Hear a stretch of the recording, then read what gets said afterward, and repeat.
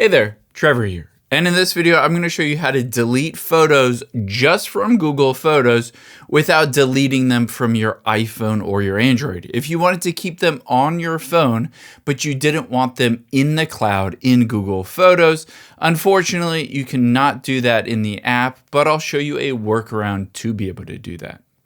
So if you open up the Google Photos app on your iPhone or Android, tap on a photo, tap on trash at the bottom right.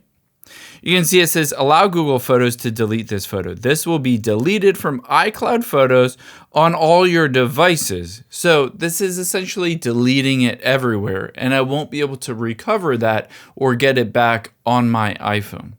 There is a second option you have to be able to just delete it from Google Photos instead.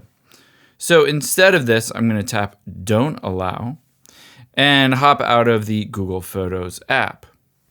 Open up Safari or Google Chrome and type in photos.google.com. Again, photos.google.com and hit go. Now, when you're in the website-based version, scroll down, tap on that photo or video, tap on the trash can icon at the top right.